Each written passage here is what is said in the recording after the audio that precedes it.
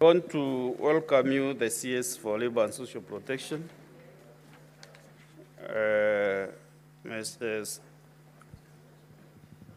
So that you can answer these three questions.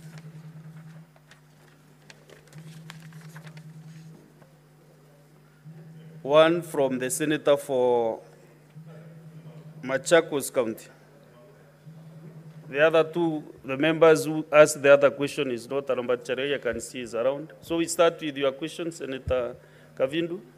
So waziri, karibu sana katika Senate. Okay, proceed. Thank you, Mr. Speaker, for this opportunity to be able to ask my question. Let me first of all start by congratulating the CS for Labor for appearing here, and severally he has appeared before the committees. But before I ask my question, Mr. Speaker, I want to say that the CS Treasury has done very wrong because there is no money in the counties. We have not paid our offices in the counties for the last 3 months because of exchequer. Senator Kavindu. Yeah, I'm coming to my question, Mr. Speaker, but I needed to say that. Yes, Alfred Mutua is not the shares for Treasury. I know that. Asking his question. I was only commenting on what we were commenting before. I'm done. Now I'll ask my question, Mr. Speaker. Thank you. Honorable CS, this concerns, my question is, could the ministry consider collaborating with the Sifuna? Well, let me ask my question, please, don't interrupt me. Could the minister consider collaborating with the consortium of the 7th August 1998 victims to identify and enroll surviving Kenyan victims of the 1998 bombing of the United States of America Embassy in Nairobi into the social assistance program currently being implemented in the ministry and by the ministry? Thank you. CS. Good morning, Mr. Speaker, sir, honorable members. I'm very happy to be here and thank you for the question. Before I start, I just want to say that I'm accompanied by my two principal secretaries, PS Mwadime of Labor and PS Motari of Social Protection, and Mr. Kases, Senior Deputy Labor Commissioner, and many other CEOs and MDs, NEA and others. We've come, the whole team. To get to the question, Mr. Speaker, I would like to say the following.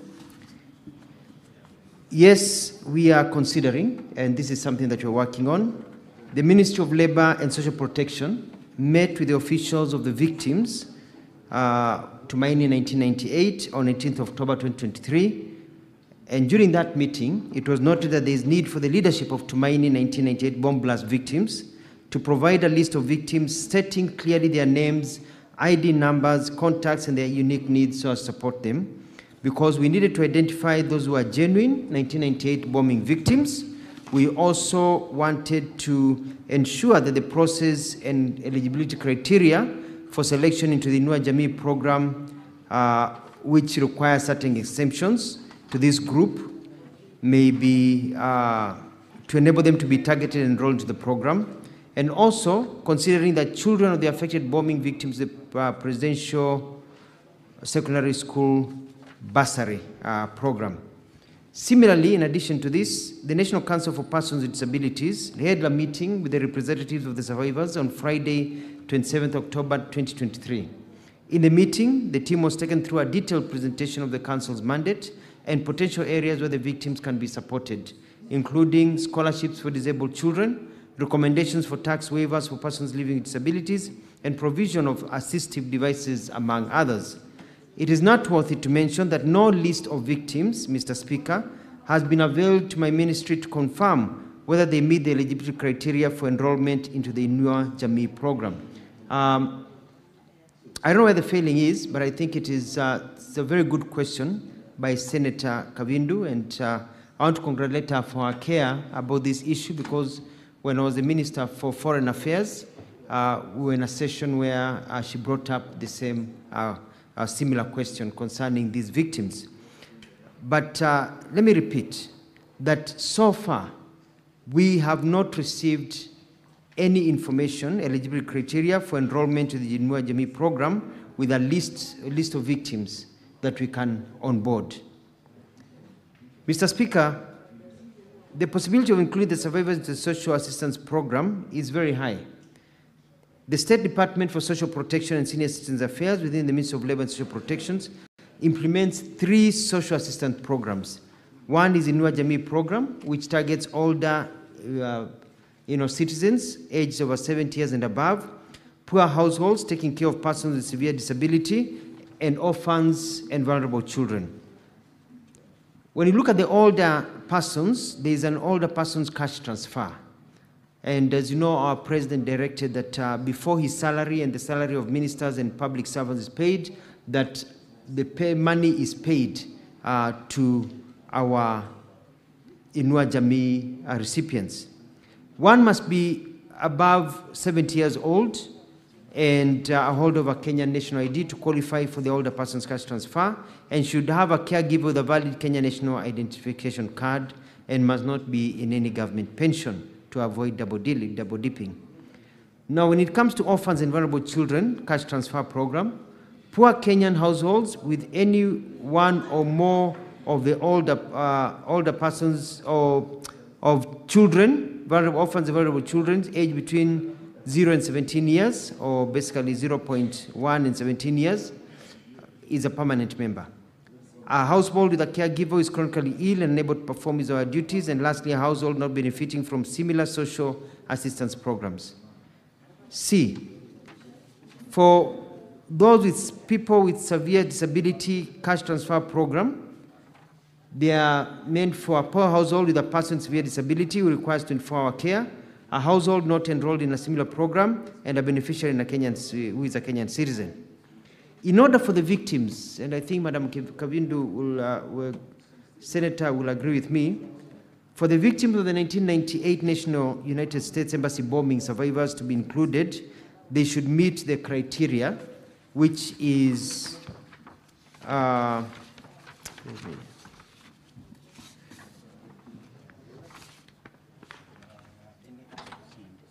we should meet the criteria that has been given above, presented above. I would also like to point out, Mr. Speaker, that in the case, because this case happened in, it's been over 18 years now, since the bomb blast happened, and if there are children who are affected or were left behind at that time, they are now over 18. Therefore, they do not qualify at this particular time for any of the programs because they are above the limit of age given by the law. I submit, Mr. Speaker. Senator Kavindu, do you have any supplementary question? Yes, Mr. Speaker. Yes. I just want to follow up from where he stopped by saying 0 to 17 years, and most of the victims are above those years.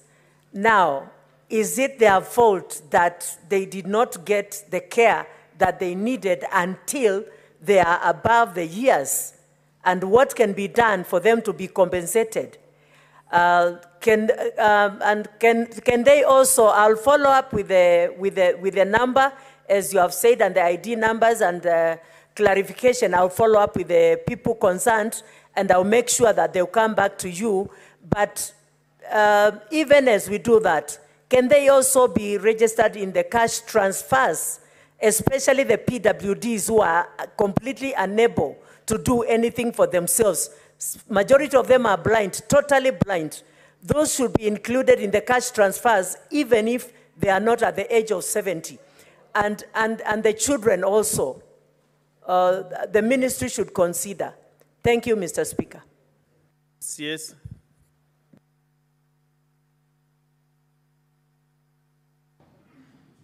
I want to give an emphatic yes.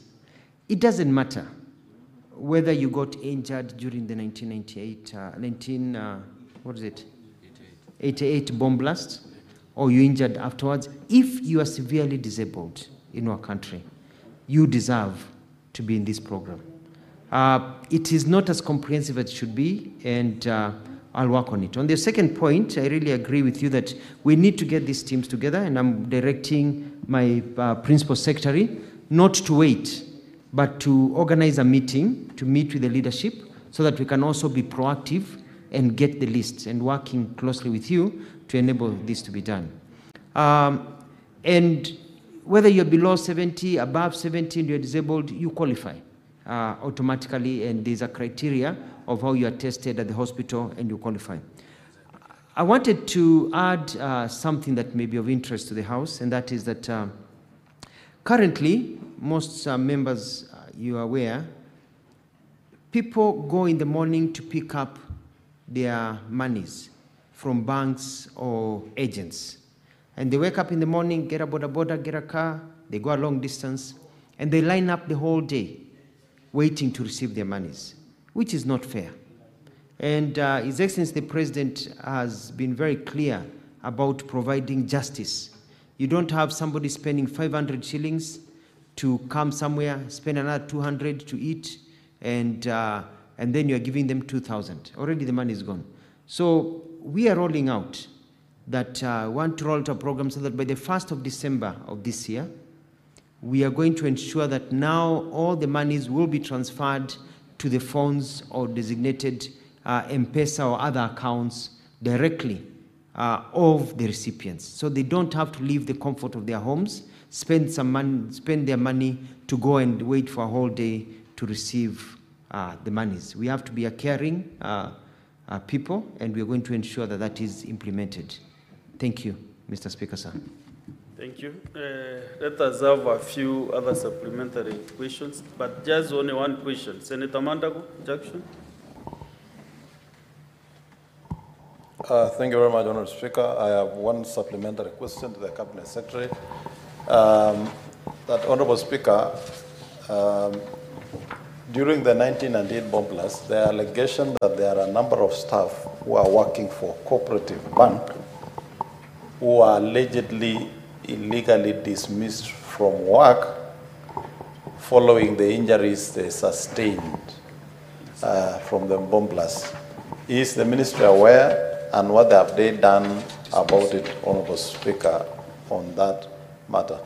And Honourable Speaker, just on what the CS has just commented on the transfer of funds, Honourable Speaker, I would like the Cabinet Secretary to let us know why is the ministry using banks, M-Pesa, and others, and not Postal Corporation, a government entity that under the law and under their mandate, it is their responsibility to handle digital payments for government.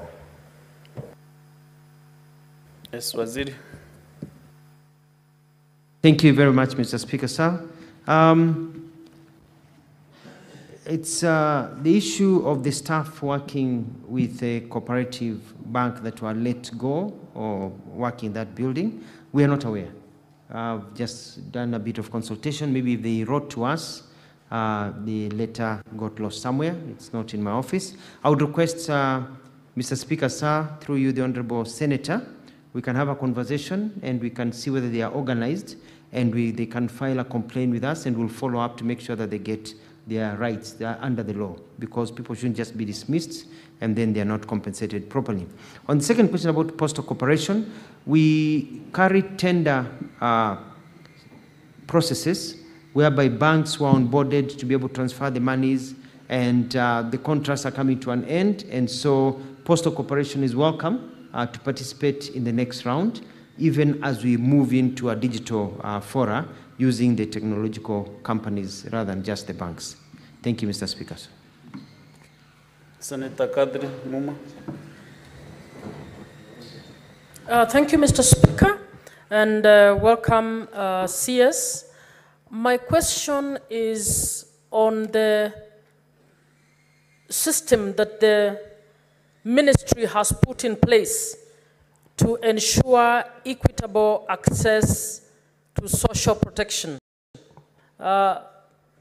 Mr. CS, I would want to know, given that the Constitution requires that all resource in Kenya is equitably accessed by those who need. What mechanism do you have in place to ensure that, one, the correct people are the ones receiving social protection in this country? Two, that where there might be deficiencies in the resource, that we can still confirm that it is equitably distributed among those who need to access it. Where can we get that register as members of parliament who carry out oversight to ensure that truly those who need to access social protection are the ones accessing social protection? I would want to know and access that resource. Thank you, Honorable CS.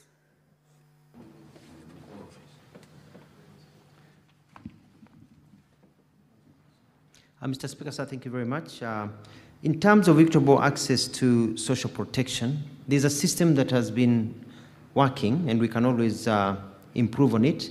We go to the ground using the government system, and we're able to identify those who deserve to be in the system in terms of age, in terms of disability, very, very poor families, vulnerable families, and we are able to put them in the list, and they go through the criteria and they are onboarded. When I served as the governor of Machakos, the issue of older citizens saying that they have never received their monies kept on coming all the time. So it's an ongoing system of onboarding. In terms of being able to provide the list to you, this House and the Parliament of Kenya passed a law on data protection that does not allow us to provide private information of people's names and where they are to you. However, as a member of Parliament and member of Senate, if you have identified individuals in your county that you believe have been left out, have not been covered, please send me that list, and we'll double check to see whether they are being covered, and we'll ensure that if they need to be covered, we'll make sure that they are covered, so that we can't assume that we know everything on the ground.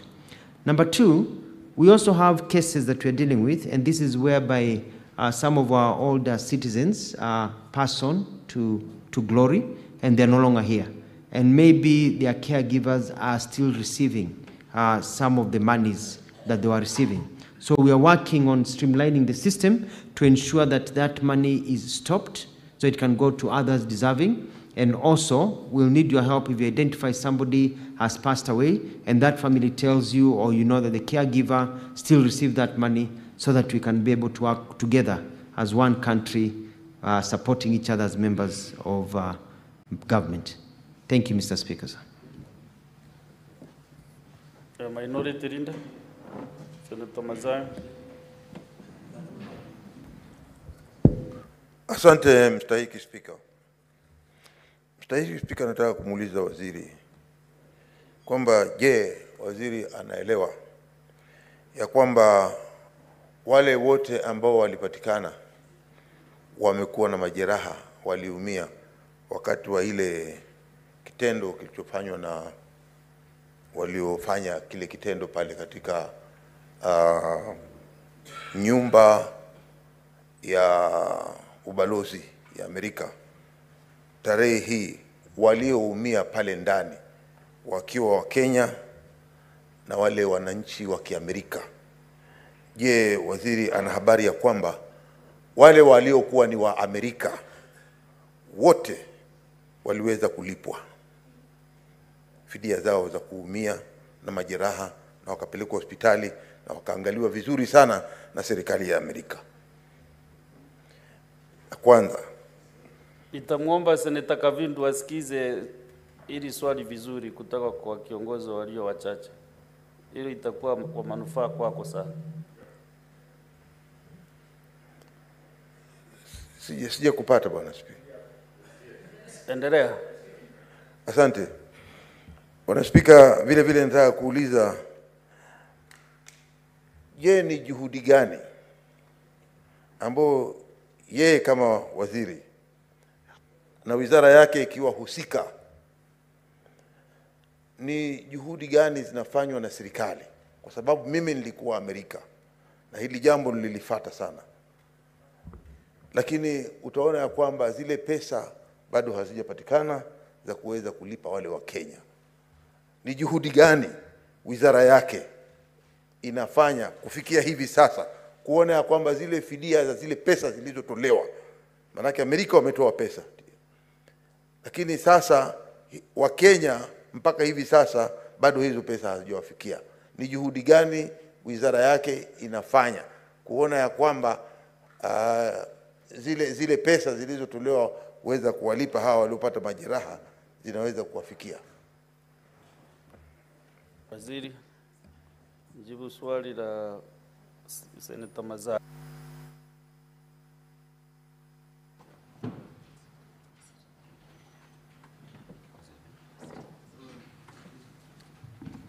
Swali sangine huwa kinapita.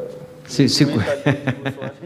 Samani, Mheshimiwa Spika. Shukran sana Senator Mazayo kwa swali lako la kina kabisa. Je, umeuliza vizuri, ni kwamba tunaelewa kwamba kutokana na jambo hilo, tukio la ugaidi mwaka 1998, wale walioumia walikuwa basi wa Kenya na Marekani. Umesema kwa kweli ya kwamba wale wa Marekani walilipwa, lakini wa Kenya ukasema hawakulipwa. Hili ni swala ambalo nilifuatilia nikiwa waziri wa mambo ya kigeni na hata kwa mikutano tofauti na Senator Kavindu na wengine tukiangalia. Najua ya kwamba tulipofikia hivi sasa kuna kesi ambayo inaendelea kule Marekani, na pia kuna juhudi za wizara ya kigeni kuendeleza kuona kama inaweza kuthibitishwa na kupitishwa na bunge la Marekani ndio waweze kulipwa.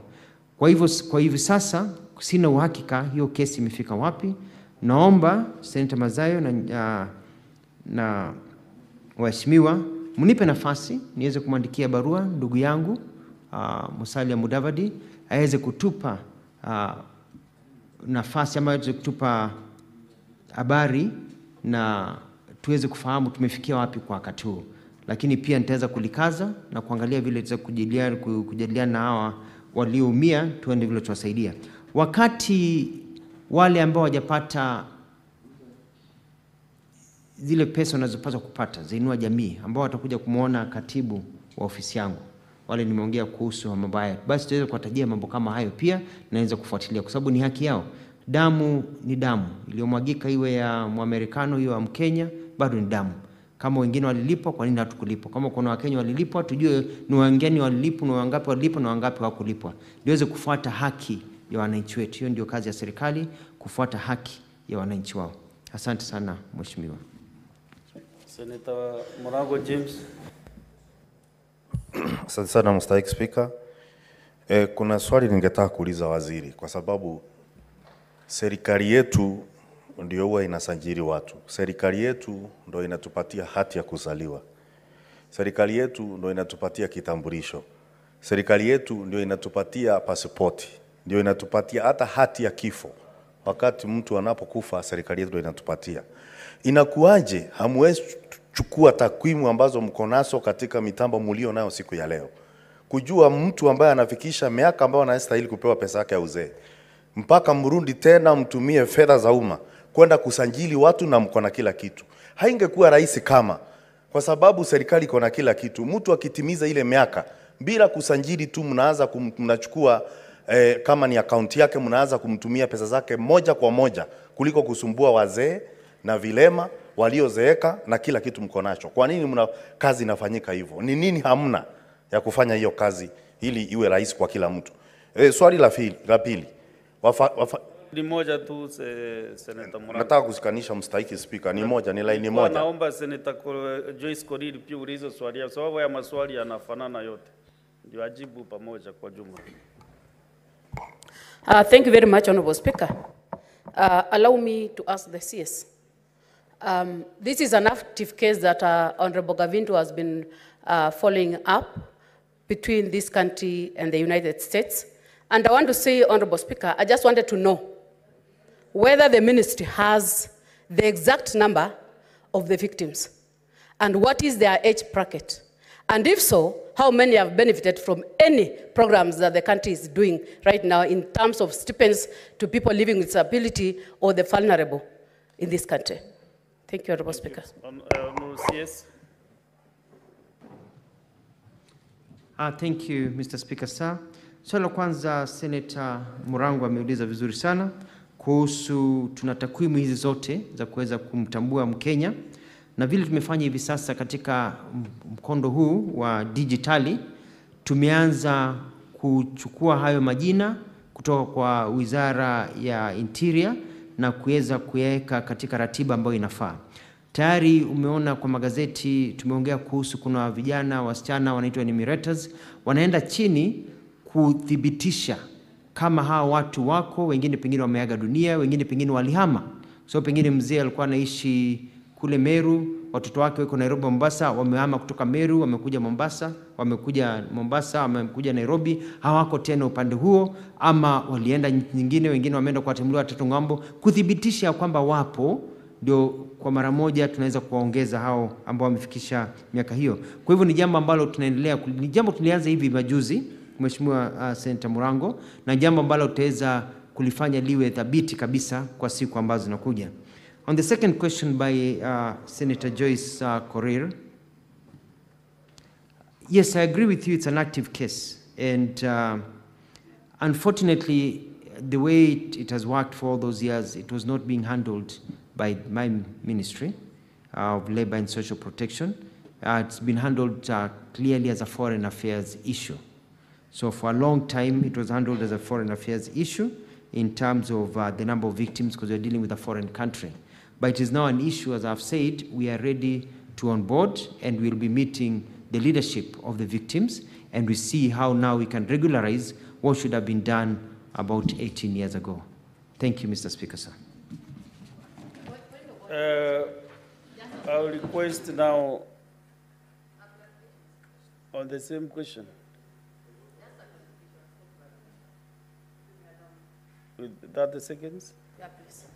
Thank you very much, Honorable Speaker. I thought, Honorable Speaker, when the cabinet are meeting, they always discuss issues that are cross-cutting.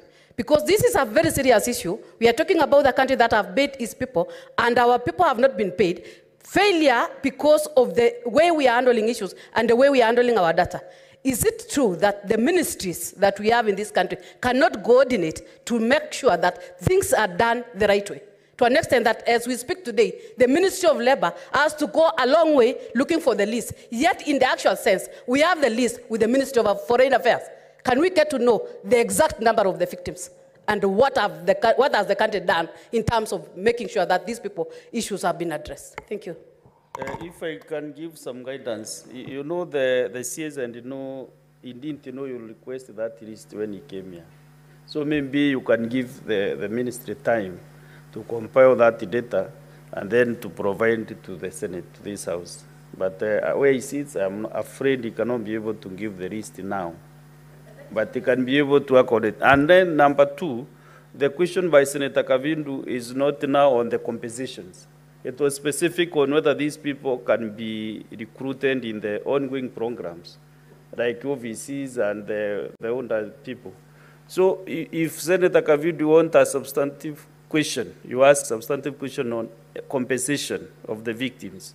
I know the ad hoc committee that you chair is handling this matter. Therefore, you descended to go the ad hoc committee way, but if you want that substantive answer, as the CS said, you will consult the CS for Foreign Affairs to know exactly what is the position. Maybe I request then you do that substantive question to the Minister of Foreign Affairs. Yes, so maybe that will solve all these issues. Therefore, I wanted to go to the second question, but the Senator Kavindu, you under the second supplementary question. Executed, then we go to the next question by Senator Samson Chalgei. Thank you, Mr. Speaker. My second substantial question is, Honorable CS, those with severe disability who need 24-hour care are also eligible to be enrolled in the persons with severe disability. What are you doing about those ones? And just a follow-up with the question that, Senator Mandago asked. Honorable CS, you say that you are not aware of the people who are working with the cooperative and Mwalimu Sacco, or Fundi Sacco. And the CS who left before you came in, we had called him at the ad hoc committee and we raised all these questions, and he was with his team, just like you are with your team today. And I believe there is no vacuum in government. So you should be aware of that question, because we asked them last year actually, and they were there. So they should give you an update so that you can answer. Thank you. Yes. Thank you very much. I do believe, Mr. Speaker, Madam Kivindu, thank you for the question, that those ones with severe disabilities and anybody with disability, and I call upon this House and Kenyans, if you know a Kenyan somewhere who has disability, who is suffering, and they are not in this program, please let us know. Let the chief know, and I'll speak to my colleague, Minister of Interior, so guidance is given. Up the chain, let us know.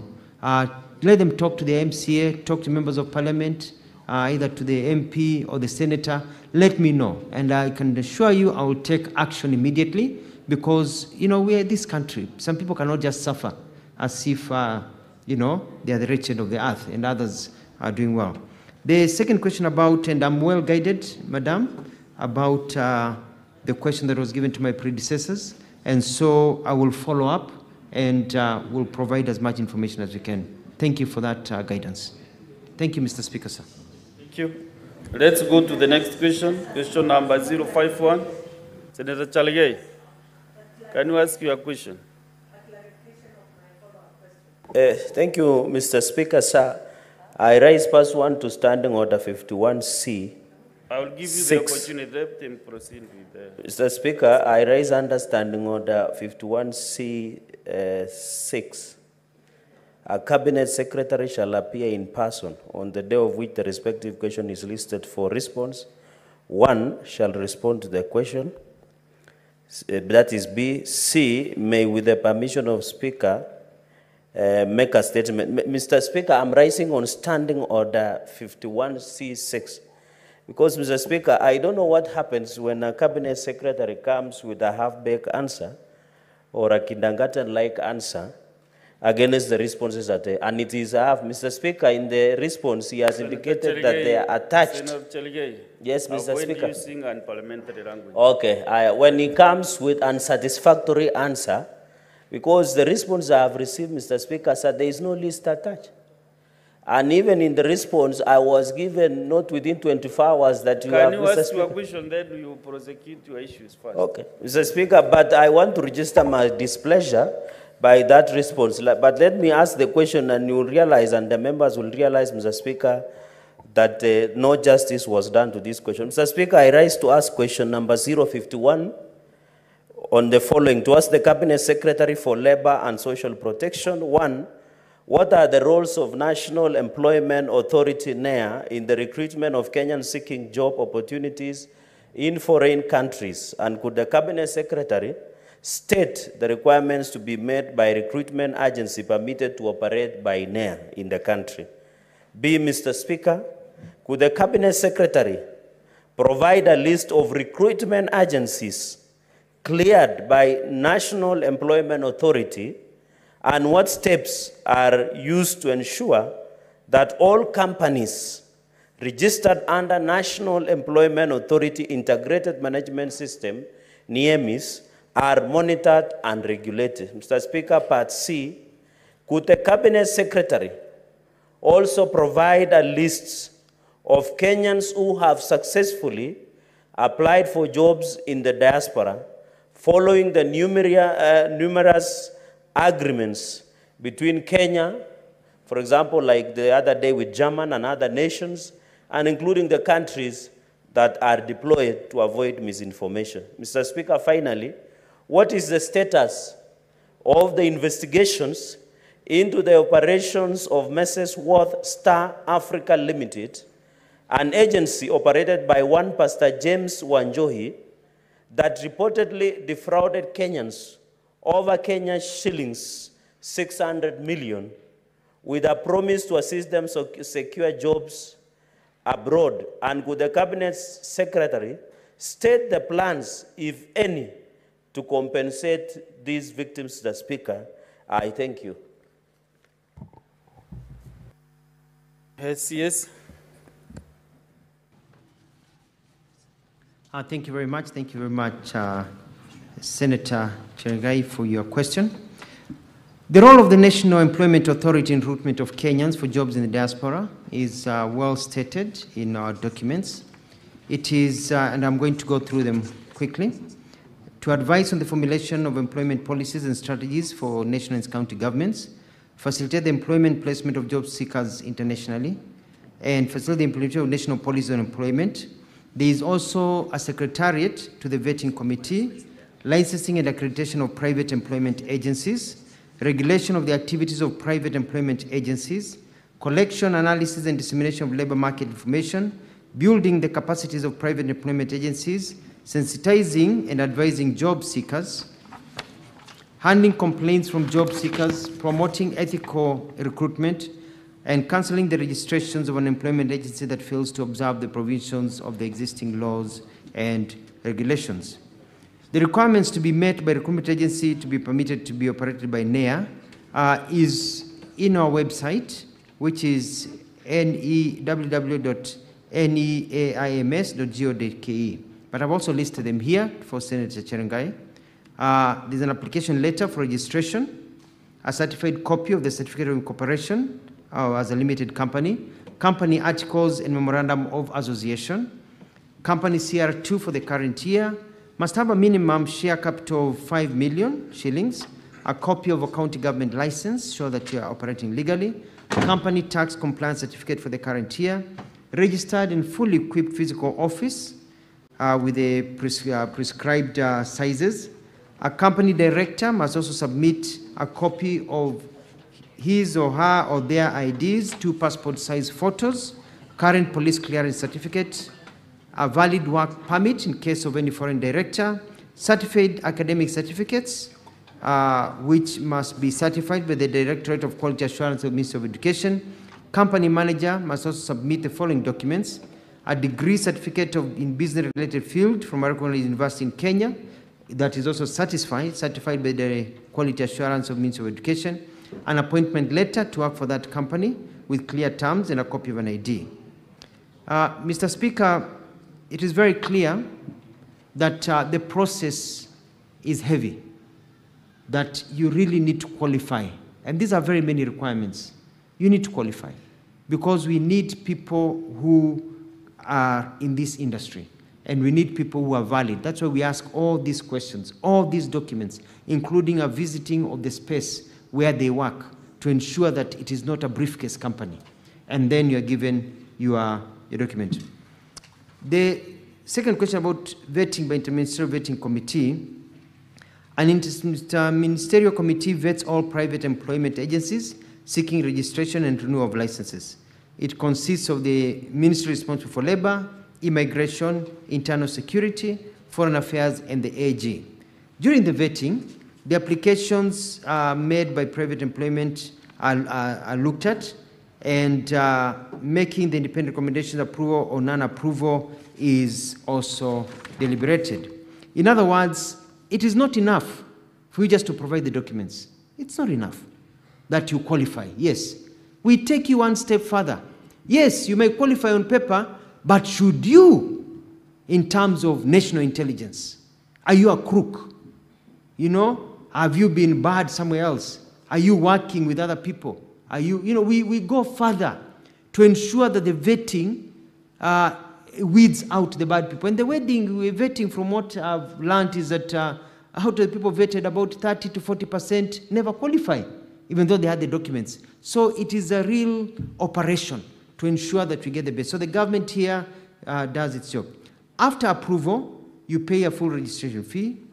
And then you have to be a member of a recognized association of private employment agencies, because we need somebody also to keep on monitoring you, so that when you go rogue, they're able to tell us.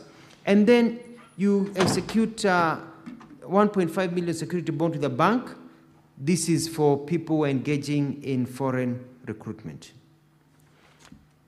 Mr. Speaker, sir, tomorrow, sidetrack just to add to this, I'll be holding a meeting, a follow-up meeting with the recruitment agencies that recruit for people in Kenya and mostly for overseas.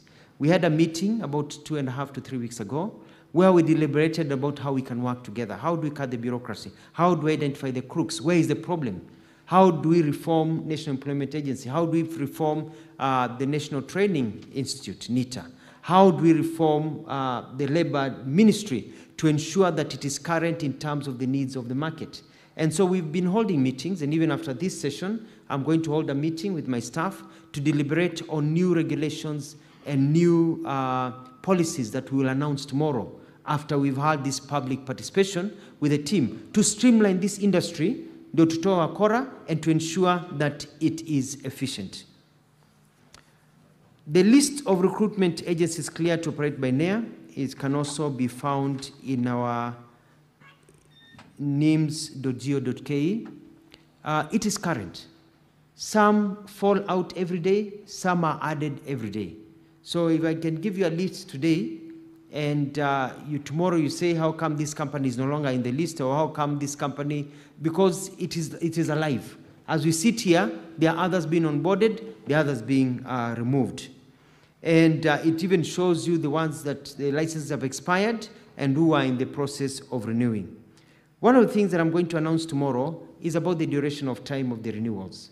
The country has been crying, the community has been crying that the renewal of every year doesn't work very well, because by the time you organize yourself to get people to organize, take them abroad, your time is gone. So we are going to look at how we can extend the time and how to make it easier for people to be able to register and work within the system. The question number C, the list of Kenyans who have successfully applied for jobs in diaspora, including the countries they are deployed. We have attached a list, and it's presented here, Cabinet, of the list of the Kenyans, and we hope that the list will grow now that we are trying to make this as efficient as possible from the Ministry of Labour. The status of investigation to the operation of Miss Worth Start Africa Limited. This is a case being handled by the Directorate of Criminal Investigations. I will be holding a meeting with the senior leadership of the DCI. They told me that they are working with close to 1,000 cases of fraud, of Kenyans who have been defrauded, and action will be taken. On the supplementary question that was asked by Senator Chirangaya, whether the ministry will compensate the victims, the ministry does not engage in defrauding.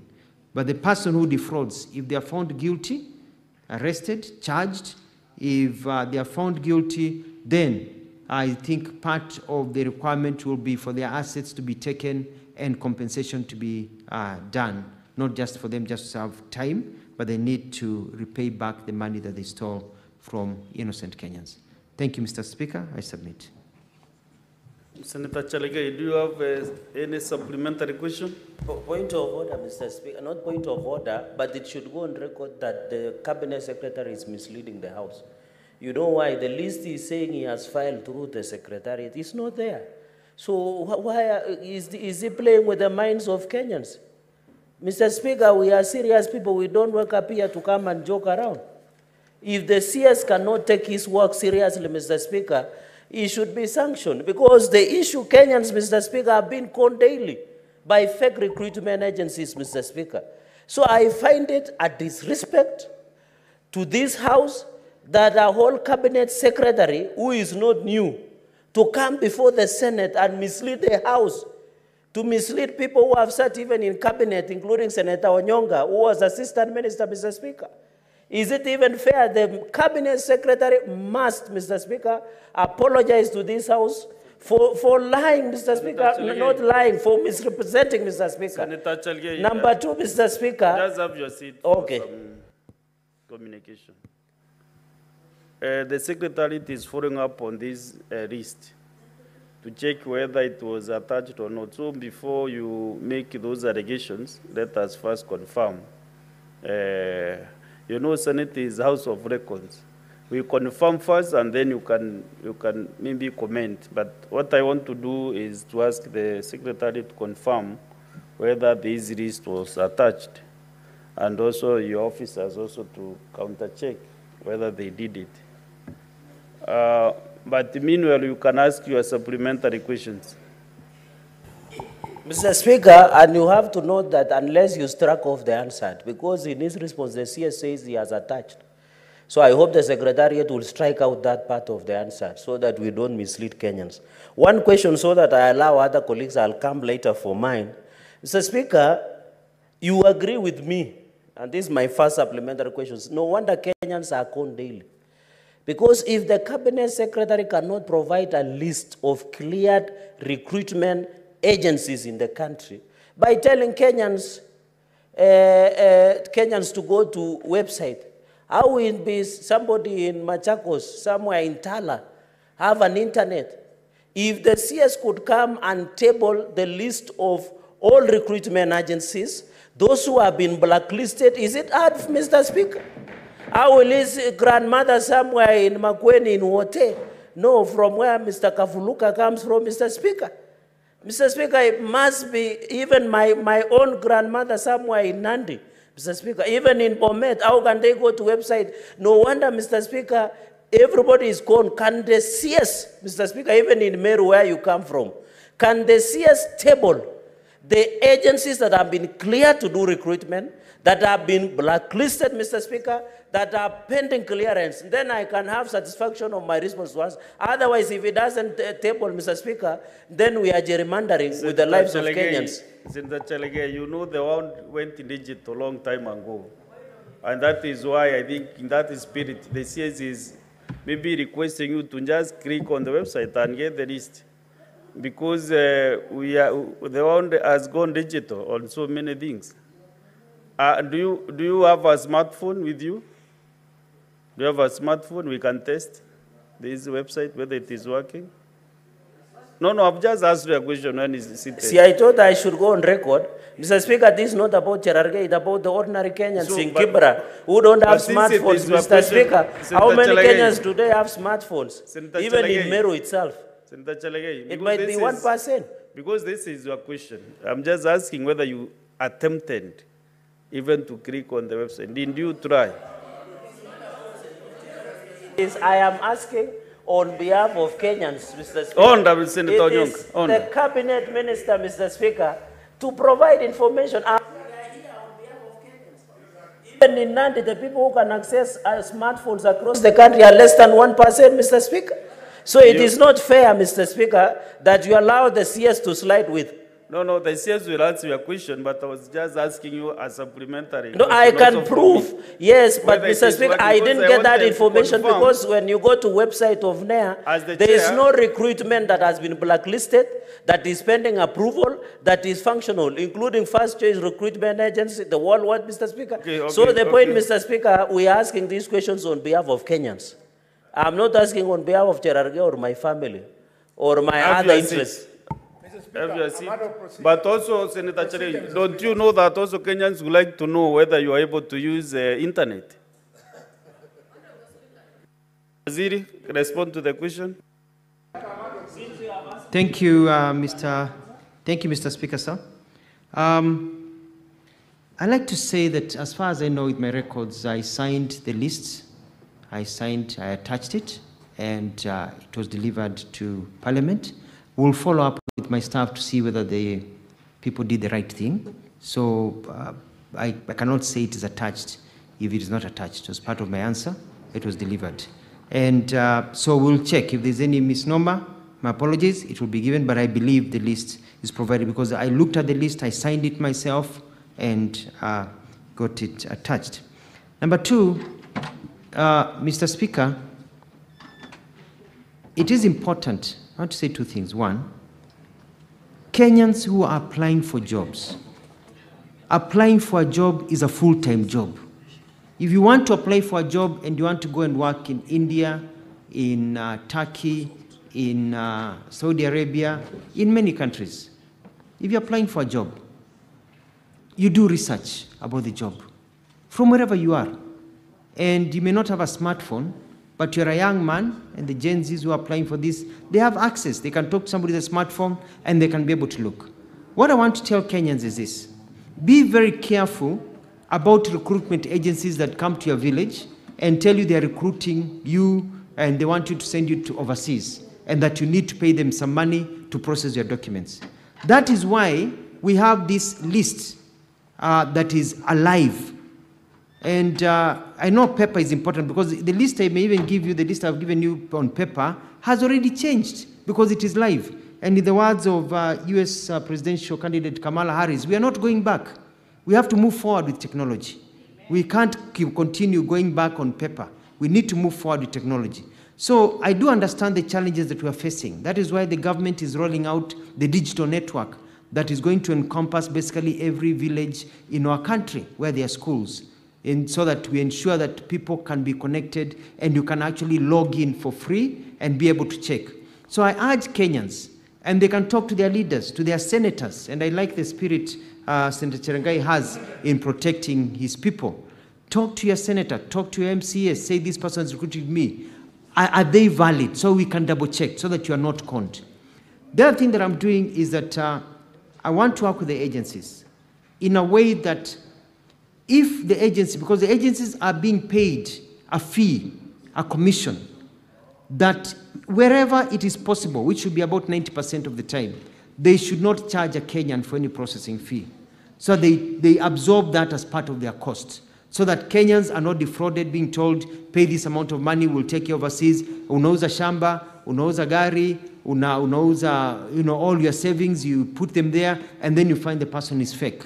So we want to get into a system whereby let them get access to financing, get their people all sorted, and then they'll be paid their fee. So it's a service they're providing. They don't need to charge the Kenyans. So we're working through that system to ensure that people get their right. So I urge leaders in this country to please also support us in ensuring we identify rogue ones. And the best way is to go into the internet, look at that live link, which keeps on changing every hour, to ensure that that person maybe say they are there, by a day or two, they have been removed. So keep on checking before you engage and sign documents. I submit, Mr. Speaker, sir. Senator Kadri.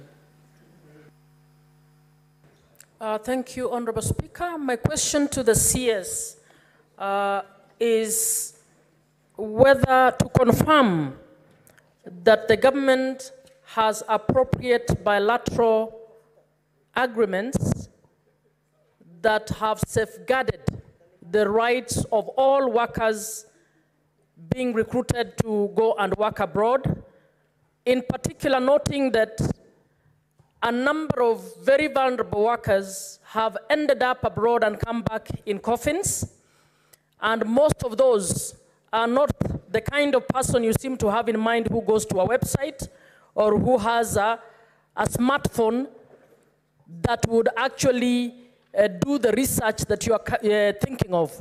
Can we have copies of these bilateral agreements submitted to ensure that it has clauses that protect against malpractices, including retainment of passports of workers who go abroad, including retention of their salaries for months on end in the name of paying for their air tickets and paying for the agency fees? I would want to see how the government has protected. And finally, Mr. Speaker, I want to know whether the ministry has set aside a budget to actually sensitize those who cannot access websites and the lot that I'm speaking about by discussing these issues on radios, listing the genuine and the not genuine agents, in order for the ordinary, desperate girl in the far-flung village in Dori who wants to go and work in Saudi Arabia is able to know that they are being conned. Okay, yes. Thank you, Madam Senator, for that brilliant question. It's a very, very good question. One of the things that we are doing, and the reforms that I'm bringing that we'll be announcing tomorrow, is a new way of training. will ensure that anybody going, and especially to some of these countries where these issues are, and they should undergo a training. And during the training, they will be empowered. They'll be empowered with information about what their rights are. Your passport is yours. You should never give your passport to anybody else. You give your passport maybe to the agent as they are processing, but they give it back to you before you leave the country. Nobody should hold your passport. Nobody should hold your documents.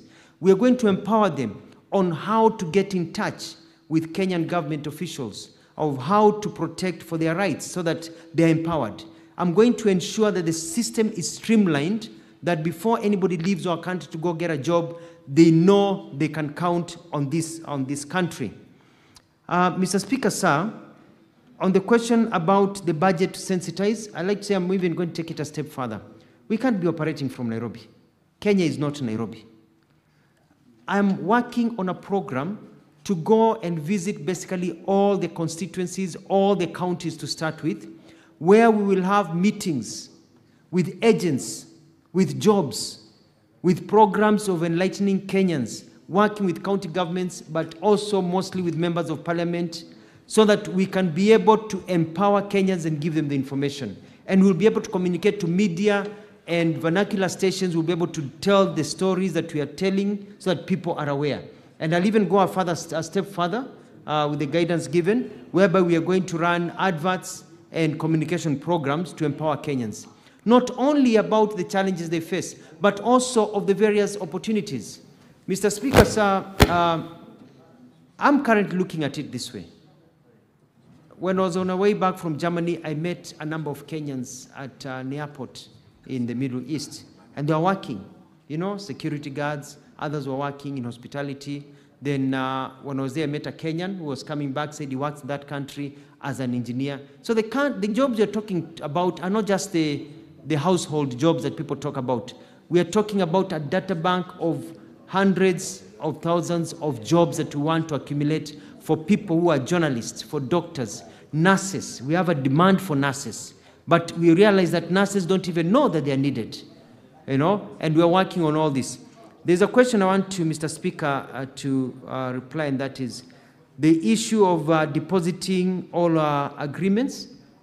I'm going to ensure that this House has all those labor agreements so that you can also be able to scrutinize them. We are going a step further in our agreements. We are trying to ensure that our qualifications match those qualifications of those countries so that they don't have to go and retrain again, so that our job our qualifications are accepted automatically. We're also making sure that they are protected by immigration, you know, and interior governments over there from harassment and also from being deported without being heard. So we are looking at all those rights. So we've learned our lesson over the last few years. I'm quite lucky, and I thank the President for putting me in this docket, because the experience I garnered as a Minister of Foreign Affairs and Diaspora is really coming in handy, because these are not new things to me. Now I'm in the right ministry to correct all the problems that have been going on. I submit, Madam Speaker. Senator Moffatt.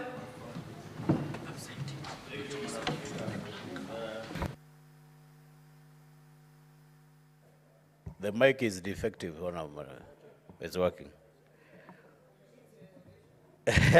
These innovations, Madam Speaker, I want to revisit the very first question that the CS was interrogating, and I want to know what is his ministry doing to make sure that the physically challenged people, you know, in some cultures, Honorable Madam Speaker, these people face some cultural stigma, such that they don't even come out to register for benefits, maybe in the government.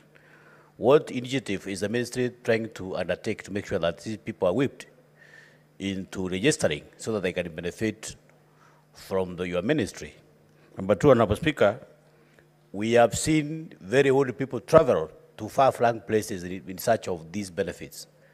What is the ministry doing to make sure that you devolve these services very close to the people who are supposed to benefit from those services? Thank you, Madam Speaker. CS, you can respond. Thank you very much, Madam Speaker. I think our Honorable Senator came a bit just got in. We've already tackled this issue, and I'll repeat myself. We talked about the physically challenged and how we are bringing them all aboard and how their families, and we've got teams on the ground. And I requested you that if a member of parliament knows somebody who is not in the system, not only the disabled, but also other vulnerable children and the aged, to let me know, and we're going to handle. We had a big discussion, lasted quite a while on that issue. On the other one about the far-flung, I think I lost the final question about people far-flung places. I already made an announcement right here, and I announced a new policy that from December 1st, we are going digital. They'll get their money on their phone. So we had a discussion about that earlier before you came. Thank you, Madam Speaker. Senator Onyonka.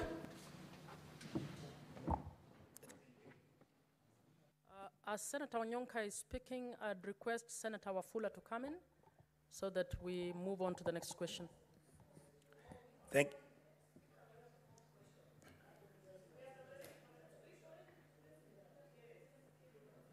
Senator Onyonka. Thank you, Madam Speaker. CS, Madam Speaker, I would like you to protect me because my colleagues seem to be consulting. Honorable members, can we hear Senator Onyonka in silence, please? Thank you. CS, I am happy to see you here today because I know you as a friend of mine and somebody I've worked with before. I'm actually going to ask a very simple question. If you remember when you started talking about the declaration of the provision of information, and you brought in the data protection law. When I walked in, that is actually what you said. You said that it's not possible for you to avail information so that we can know who has received social protection money. The reason for that, CS, is because the people of Kisii County that I represent have been asking me to give them the names of the people from the wards all the way to the sub-counties. How many people does the Kenyan government provide finances to or pay the monthly stipend to from all our wards and all our sub-counties? CS, I believe that the law doesn't stop you because essentially the argument you're making is that you cannot disclose that information, and I believe that could also be the clever way on how you're trying to justify and say that you can't give us the names of the people who have gotten jobs ever since the government started signing the bilateral agreements. CS, we want that list. The reason why we want that list is that Kenyans, we have a bad habit. When we are given an opportunity to look for things which we call Kenyan, we only share them with our tribes and our friends, our cousins and our families. That list is the one which will show the equity, the fairness and the distribution of those jobs that you are giving out there. So the first question I wanted to ask you is, can you please promise this House that you're going to provide that list, and it will be a genuine list, and it will be an honest list? Number two, and Madam Chair, I really got confused because when I came in, there was a wonderful question that Senator Kavindu had raised, and this had to do with the Kenyans because this is a matter she's held personally. The question I wanted to ask the CS is that does he think, and I could suggest that, Your Honorable, you could engage with CS, with the Chief Secretary Musalia. Do you think, or don't you think, that as we sit in this House, that it is actually us as a country, we are busy complaining how the American government has never compensated Kenyans who are injured from the bomb blast which took place. But the reality is, it is our responsibility as leadership in this country to make sure that this House can pronounce itself so that even when the Americans are busy in court trying to figure out this issue, don't you think that as Kenyans, we need to compensate our people who died and the people who actually were blown up during that bomb blast which took place in Nairobi? I think, Madam Chair, Madam Speaker, we've been extremely irresponsible and casual the way we handle this matter. And lastly, I want to ask the CS, I hope you can... Honorable Senators, you are actually supposed to ask just one question. Thank you. Yeah, I will stand down, Madam Chair. Thank you so much. CS? Thank you very much, Senator Nyonka, for your questions. In terms of provision of information, we have with us in our offices the payroll. And because it is important, and I totally agree with you, we don't want ghost people being paid. We want people to say, huyu mtu analipwa, atumfahamu ametoka wapi.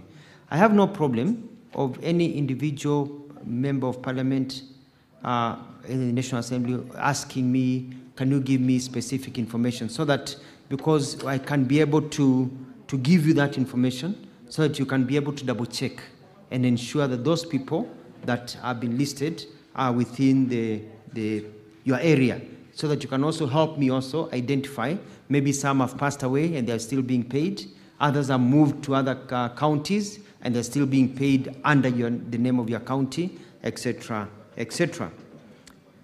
The other question that you asked about, we don't have a problem giving the names of Kenyans who have gone overseas on these jobs. We have the list. So usually what happens that we dispatch them here. Our job is to get them the jobs. They go overseas, then we let diaspora now, because once they get into the plane and cross the Ethiopian border going north or Tanzania border going south, they become a diaspora issue, even as we follow up.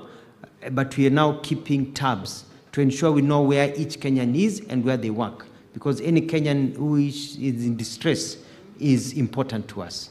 And I can also ask my senior and brother Musalia Mudavadi, PCS, to provide that information. On the issue of our responsibility to also compensate, I think that's an issue that Parliament can engage in and bring it up as an issue, and so that it can also be budgeted for, and with proper research. So it can be budgeted for and money is put aside for that form of compensation by the Kenyan government. But in the meantime, we are going to push for them to get their rights from the United States and other areas where they should be paid. I submit, Madam Speaker. Senator Cherarke, your second supplementary question, please. Thank you, Madam Speaker. My final question to the CS. Bwana CS, there are ladies who have given birth in Saudi Arabia, popularly known as Kadamas, who have stranded children, and they cannot come back to the country because there is perception that it is child trafficking, yet DNA has been done to confirm that it belongs to them. What is the ministry doing to ensure that they are able, through the diaspora department, that they are able to come back home without having those restrictions from that country? I thank you, Madam Speaker. CS? Thank you very much. When I was in Saudi Arabia, I met families. I met a lot of single mothers with children born in Saudi Arabia. And I engaged the Saudi Arabian government, and they said that because of the issue of child trafficking, they cannot just allow a mother to just take a child and say, this is my child, and come home. Because they realize very quickly, a girl is coming home, another girl says, chukua huyu mtoto pelekea mama yangu. And the child never reaches, or it becomes like child trafficking program. Therefore, we agreed, and they have instituted a DNA system. So the mother undergoes a DNA with the child, and there's verification that this is actually your child. And then a permit is given for you to travel with that child and leave the country. Basically, they are protecting so that a mother doesn't wake up and say, my child is missing. And you look for that child, unakuta aliingia ndege na Mkenya ama Muganda, another person from an African country, Nigeria, Tanzania, anywhere, na ameenda. Na walisema na mtoto wao. So it's also protecting our children who are born in those countries so that the mother knows that my child, hata akipatikana kwa barabara, hata toroshwa, apelekwe nchi nyingine akauzwe huko, because a DNA will need to be done. So we worked on that, and now we have safe houses that are continuing being set up so that when a mother is in distress, a child is in distress, there's a safe house where you can actually go and say, that is my child. So there's an organized system to protect them. Finally, I'd like to say that, Madam Speaker, with your permission, I believe that the documents are already on your table that Senator Chirangai was asking about, that saying that we are not tabled. I think they have been found within the system over here. I submit. Thank you, Madam Speaker. Senator.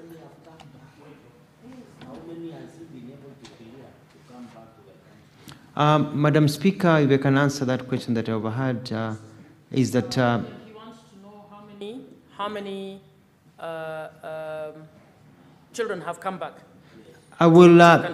yes, as I said, that is the forte of the State Department for Diaspora, which is under Honorable Musalia Mudavadi, because they are being processed overseas, and they're the ones with the records from the Ministry of Migration, Overseas and Foreign Affairs, so they'll be in a better place to be able to answer that question.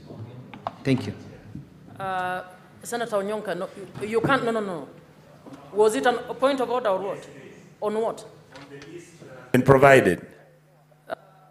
Senator Onyonka, I don't know how you would have a point of order on a list that we've not even discussed. Please, let's move on. Madam Chair, the list has been tabled. Madam Chair, the list has been given, and that's what I'm saying.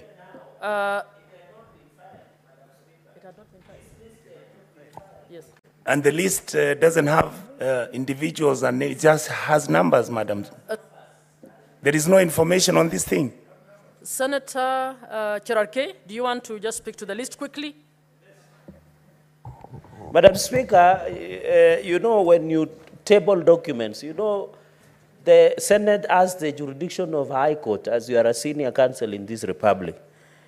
The CS had said in answer that he had attached the list, but what he has done, he has given us numbers. We don't know who these are. He has child in this country, so can we get a detailed list of what my question required, Madam Speaker, and I'll be grateful. I thank you. CS, we expect that you will submit the list as was expected in the question. So kindly ensure that that happens. Please confirm that you will do that. Okay. We are requesting that the list be provided in the proper format. A list is not just numbers. So we are requesting that that happens within the next 2 days. Should be submitted. Can we now move on to the CS's next question by Senator Wakoli? Yeah. Senator Halwale. Thank you, Madam Speaker. Madam Speaker, as you'll notice, on your list there are a lot of interventions for people who want to ask further supplementary questions. Secondly, you have seen so far the answers provided are not adequate.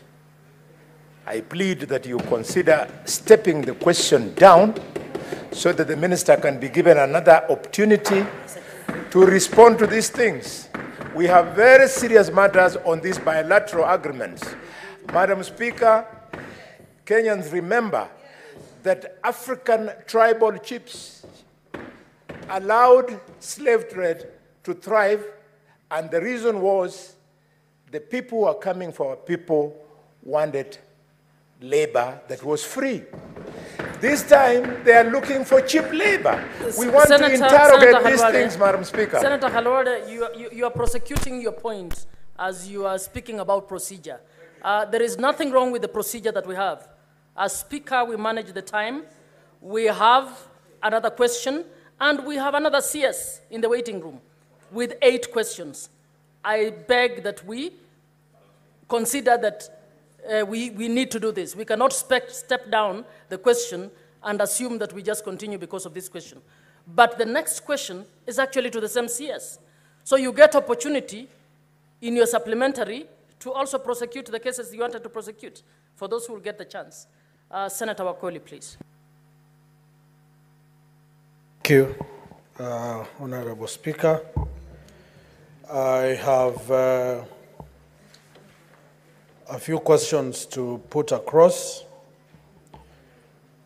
One, could the Cabinet Secretary provide a status update on the payment of terminal dues to all former employees of the Pan-African Paper Mills Company Limited in Webuye, who were in employment at the time the company was placed under receivership in March 2009. Can I proceed with the other questions, Honorable Speaker, or one at a time? The questions as you had sent to the Number Cabinet two, Secretary, please. Could the Cabinet Secretary explain the reasons for the delay in payment as well as the projected timelines for the same?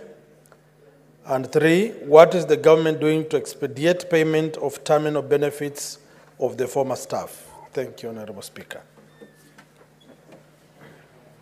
CS. Thank you, Madam Speaker. Thank you, Mheshimiwa Senator David Wakoli, for your question. My response is as follows. The termination of employment contracts of employees on account of redundancy of this Pan Paper company happened on 6th of April 2009, during the time the company was under receivership. In 2016, the ownership of the company changed when it was acquired by the Rai Group. Upon reopening of the company, many of the employees who served under the previous management were hired by the new management to work in various capacities, and which included the locals, and where for both outsource and co-establishment got to a total of 479 employees. All the workers were terminated on account of redundancy by the receiver with effect from 6th of April 2009. They received payment as provided under Section 311 of the Companies Act 2009 Cap 486, and which constituted full payment of the preferential element of the claims against the company for any arrears of pay, holiday pay, or notice pay. For more information, there is an exchequer that we have attached, dated 6th of April 2009, paragraph 2 and 3.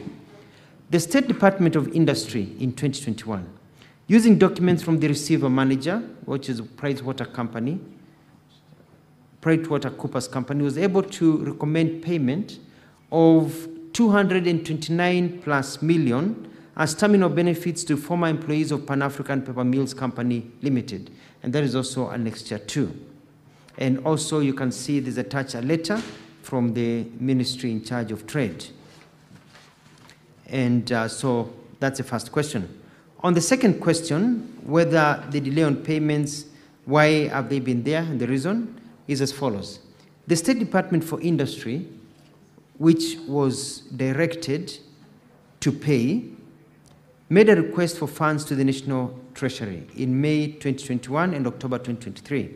In November 2023, just a year ago, the National Treasury requested the State Department for Industry to prioritize these funds in this new financial year and the next financial year in the sector working groups. However, due to the budget ceilings at the sector working group for financial year 2024-2025, the amount to be paid to the former employees could not be covered. That is also covered in Annex 3 of the documents provided to us to give to you. And that is why there's been a delay. So we're expecting that they'll be covered in the future, and maybe the Ministry of Trade can clarify further.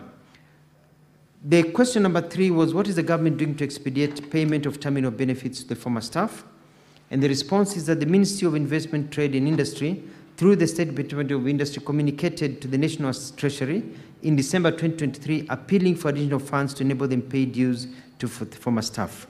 And I want to say that, Senator Wakoli, this is a very good question, timely, because as a result of this question, this issue is now alive, and we've been able to talk to the Department of Trade, and so the file has moved up, and I believe they're working on it. They're working on it, and they're working with Treasury, so it has come up. so it is not forgotten. I submit, Madam Senator. Madam Senator Wakoli, you have 2 more supplementary questions. Do you want to ask them now, or do you want to give an opportunity to other members first? Or do you want to ask one now and one later? But Chair, I can give members an opportunity to ask. Is Senator Murango there? Senator Mbugua. Thank you, Madam Speaker. My question is related to question number 51, which the CS was addressing earlier. And the CS had told us that one of the roles of the ministry through the National Employment Authority is to facilitate employment and placement of job seekers internationally. In the spirit of promoting equity and fairness, can the CS clearly tell this House and the country these jobs the government, through His Excellency the President, the government is pursuing, whether they are being applied for, either through the government or through the agency, and the procedures to be applied, because the word out there is that some jobs are being gotten directly from the government and others through the agency. Can the CS clear that, please? Thank you.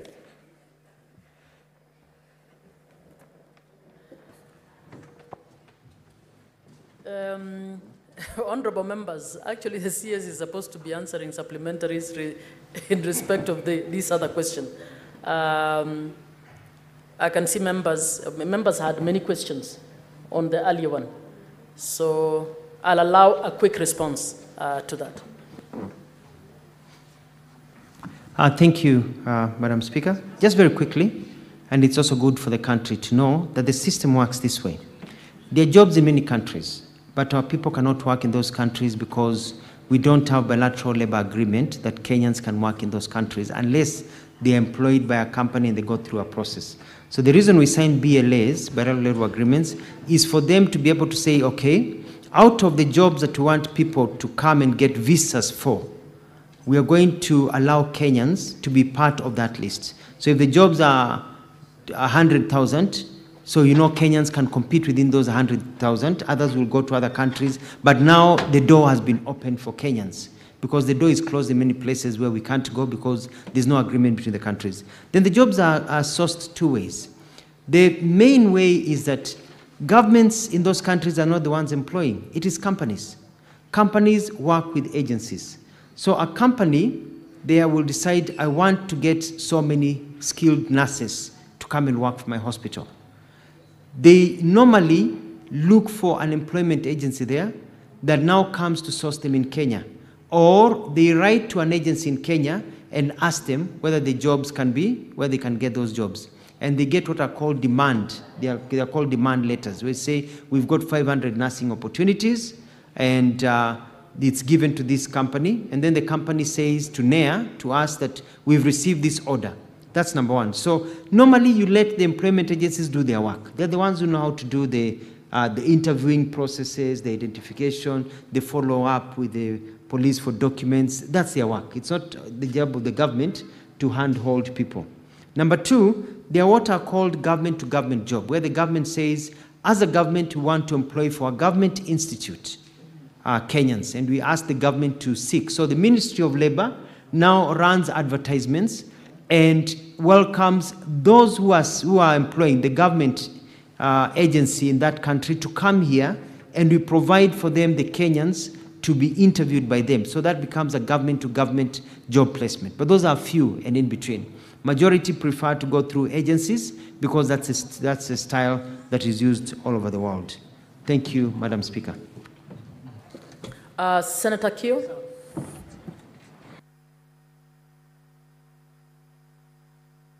me the mic. Thank you. So, Madam Speaker, before I ask my supplementary, then I would seek your guidance on how to proceed, because it's on the earlier one. Yes, mine is on the earlier one. Honorable Senators, I'll allow one question since it's the same CS, and that seems to be, most of the members' questions seem to be around that. Right. One short question. Thank you. I will try to make it short.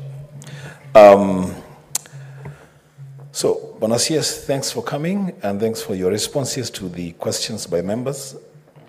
Through you, Madam Speaker, I want to make reference to the response that the CS gave us when we asked about the real numbers and the real people that have benefited from these jobs. Madam Speaker, the caliber of people that are getting these jobs, especially to the Middle East, and I know, Madam Speaker, you must have been at the airport at some point, you see the traffic of young people, going to the Middle East for these jobs. They're the kind of people that you would refer to the internet to find out what is required and expected of them. I'm just wondering whether there is no policy document, a government policy document regulating the placement of our young people in jobs outside the country, whether they go there privately or through government arrangements. Isn't there a policy document? In the same manner that a private school in Kenya will be regulated by the same policy that regulates public schools in Kenya. Is there a policy document that regulates the work environment for our people outside this country? I thank you, Madam Speaker. CS. Madam Speaker, job migration has been occurring in our countries from the days of the JF Kennedy airlifts.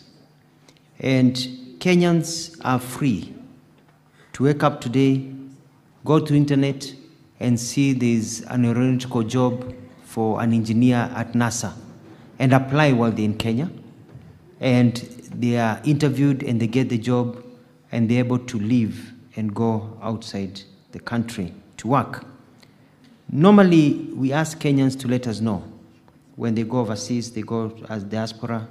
Some go to work, others go as students, finish studying, and they work.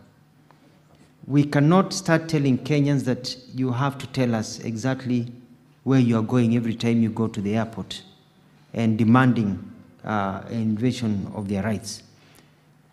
Well, that is true, though. I think that, and I agree with a good senator from Kitui, that it is important to have a good policy. And this policy has to be anchored in law. Currently, we have a labor migration bill that is alive, and it is in the last stages. And within the bill, there are regulations and directions of how we need to handle people going overseas to work. The sourcing of the jobs, the creation of a data bank so that we know as they go overseas and everything that is being done. I have gone a step further with the National Employment Agency. We are now requiring that any Kenyan hired through our agencies, and which are the majority, that those Kenyans have to get a letter from my ministry which clears them. And the letter says, we have looked at everything, the documents are okay, and we have looked at this agency, this is okay, and we have created a letter. And that letter, we are now tying in our networks. I'm trying to find the right word. We are using our system, and we are matching it with the immigration system, so that as you leave the country, once we give you that letter, we ensure that your details are captured in the immigration system. So as you leave the country, when you present your passport and they scan it, immediately it comes up there to show that this person is actually going away for employment. So that we know, because some get the demand, they get the letters and they don't leave the country, they change their minds. They get better jobs in the country or they decide otherwise, so that we'll know exactly who is leaving the country, their full names and where they are going, because the ticket details will be right there, so that we capture it, so we don't have to follow up. And then that information is given to diaspora, so even as they arrive to a particular country, the embassies know we have the following person coming to this country and coming to this city to work here, because we are interlinking the systems. And so that is a process that we'll be announcing tomorrow as part of the reforms that we're undertaking. Honorable Senators, sorry to disappoint you. We have to move on back to the questioner to ask the supplementary questions because the next CS has to come in. Senator Wafula, please.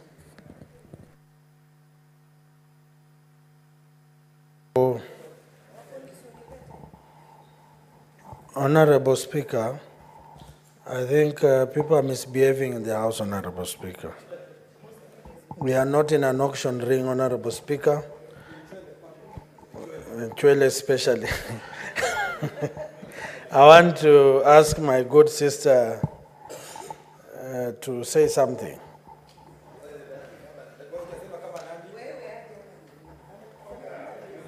I've delegated one of my supplementary questions to, and the Honorable Speaker has no option. Senator.